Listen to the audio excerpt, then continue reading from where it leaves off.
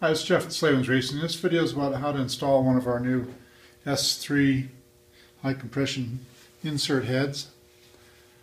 So first of all, you need to remove the tank and the seat. If you're struggling with that part, you might want to lock up your toolbox and have somebody else take it from there for you. If you get the tank and seat off, you just have to remove 4 bolts to remove this head stay. There's 2 bolts up here, one in the back and one in the front here. You remove the head stay. And there's 6 bolts that hold the head on.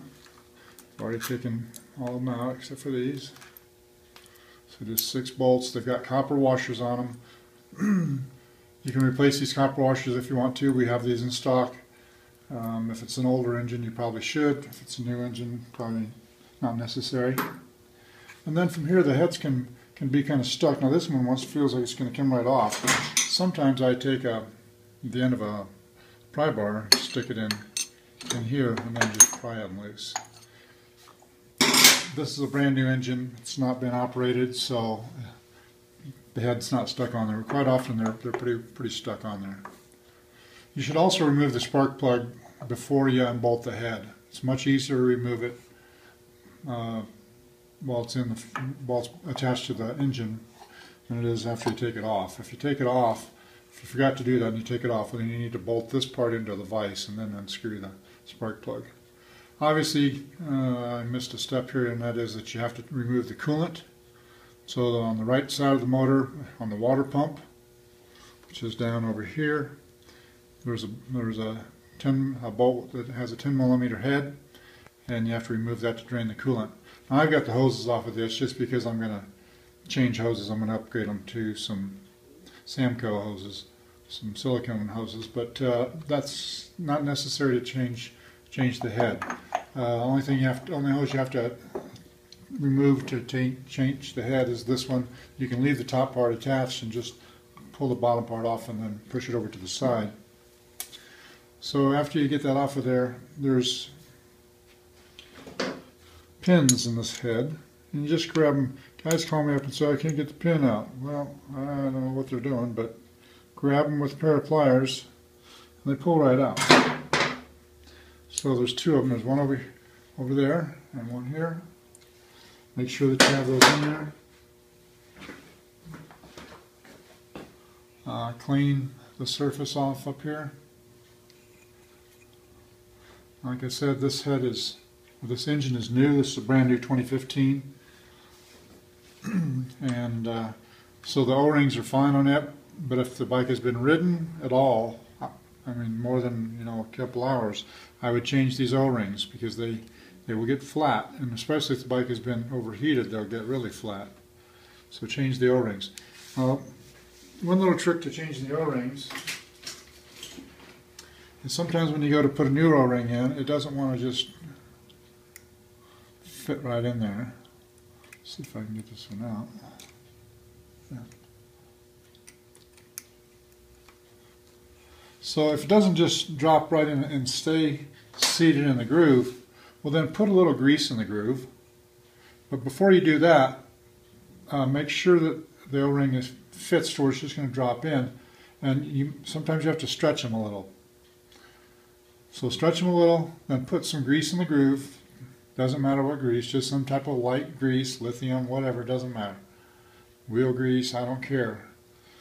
Just a light amount of grease in the groove, and then push the O-ring in, and that will hold the O-ring in place while you're dropping the head on, so it doesn't jiggle out of there on you.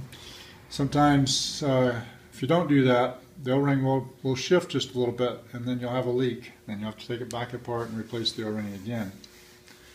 So the next step is down here with the S3 head. And they come with 2 inserts. There's a AA and a AAA. The AA is for guys that are below 6,000 feet. And the AAA is for 6,000 and up, for mountain use. So these have got an O-ring also, and I've put a little bit of grease in the groove here. You don't need to fill it up, just a little here and there to hold this O-ring into place. And push it down in there and then wipe off the excess grease. You don't have to get real anal about it, just Just take some of it out of there. And then there's a pin here, a locating pin, that matches this hole right here. So you have to get those lined up. Let's see here, so it's right by that. Now reach through the top of the head and kind of jiggle it. Don't force it in there, just kind of jiggle it down in. Now that's lined up. Then I take and put a spark plug in here to hold this together. Just snug it up. And that kind of holds the head together. I just hold onto the spark plug as I bring the head up, line up the pins.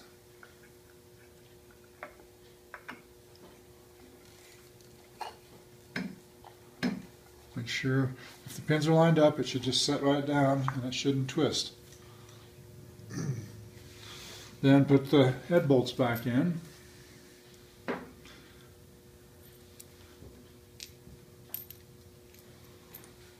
Make sure the copper washers are on there. That's what seals it.